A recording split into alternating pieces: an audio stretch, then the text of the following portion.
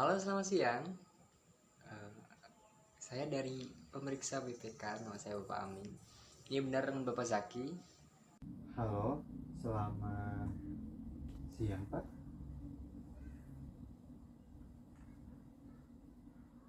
Ada yang bisa saya bantu? Eh, jadi hari ini kebetulan saya sedang memeriksa laporan keuangan dari Pemda Bapak. Jadi begini ya Pak Zaki, setelah saya melakukan pemeriksaan, saya menemukan beberapa ketidaksesuaian pada laporan keuangan mengenai material yang digunakan.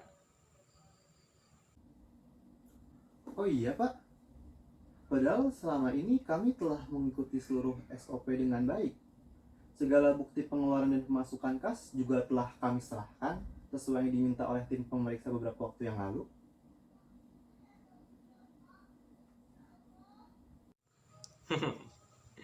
Iya nih Pak Zaki. Jadi setelah dilakukan pemeriksaan, saya menemukan ketidaksesuaian antara rancangan anggaran pembangunan infrastruktur sekolah dengan spesifikasi materialnya nih. Jadi setelah dihitung itu ada kurang saji sekitar 400 juta rupiah, Bapak. Oh begitu ya Pak.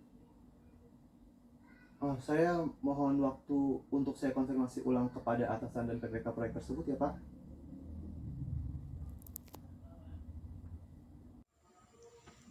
Aduh, Bapak Zaki ini gini aja, Pak. Tidak usah terlalu dipikirkan. Jadi temuan ini sebenarnya gini, bisa lah kita bantu putihkan nih Pak, ya apabila Bapak berkenan saja sih sebenarnya. Kerjasama yang dimaksud seperti apa ya Pak? Aduh Bapak Zaki ini gini saja Pak. Bapak nanti kalau mau gampang tinggal transfer saya saja 300 juta. Nanti masalah ketidaksesuaian ini bisa lah cincai. Berapa Pak? 300 juta? Loh, jangan kaget Pak.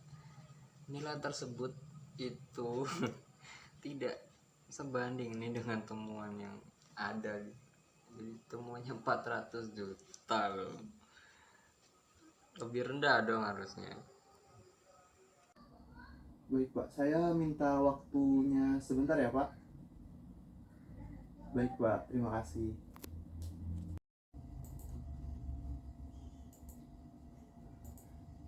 Setelah di mana ya? Coba telepon kasih.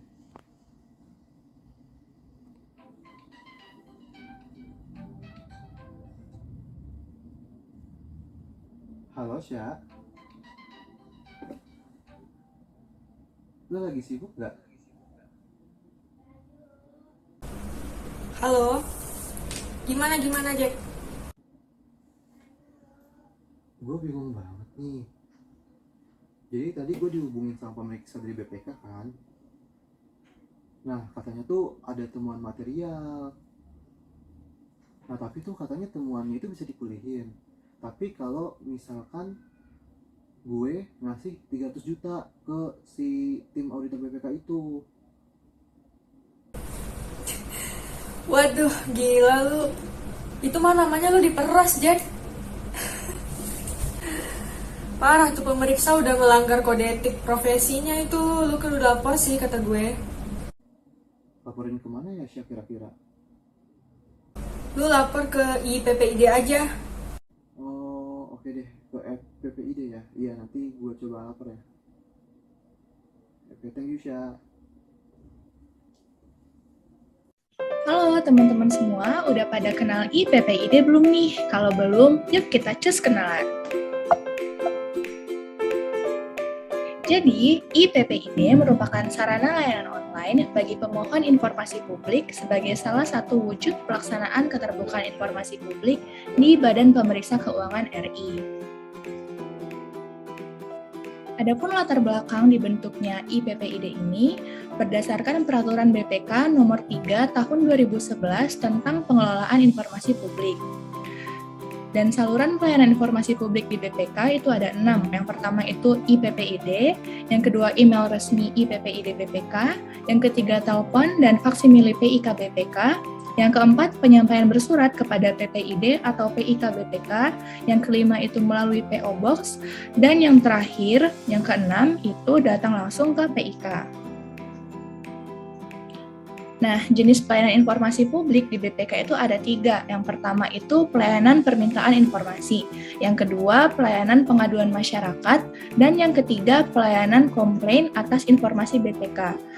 Jadi video sebelumnya itu termasuk ke jenis pelayanan kedua, yaitu pelayanan pengaduan masyarakat.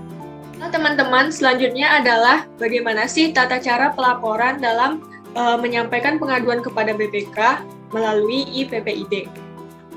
Nah, ada beberapa ketentuan yang harus diperhatikan.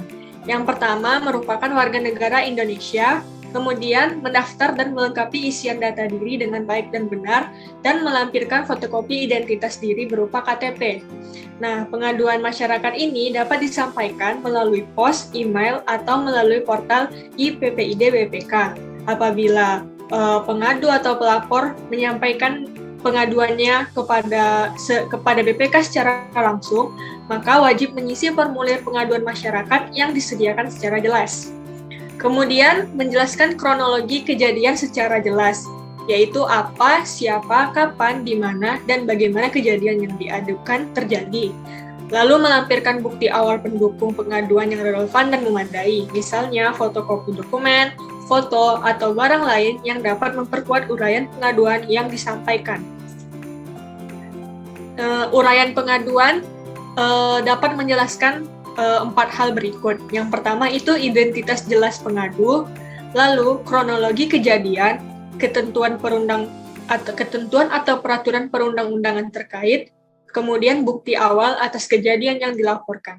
Nah, contoh kasus pengaduan yang bisa kita laporkan ke IPPID seperti video yang telah ditampilkan sebelumnya.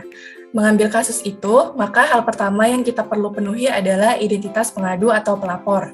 Kita perlu melampirkan scan atau fotokopi KTP, di mana pada kasus ini contoh pengadunya adalah Zaki Adi Putra, kemudian melengkapi alamat dan nomor telepon pengadu atau pelapor. Lalu, unsur selanjutnya adalah kronologi kejadian.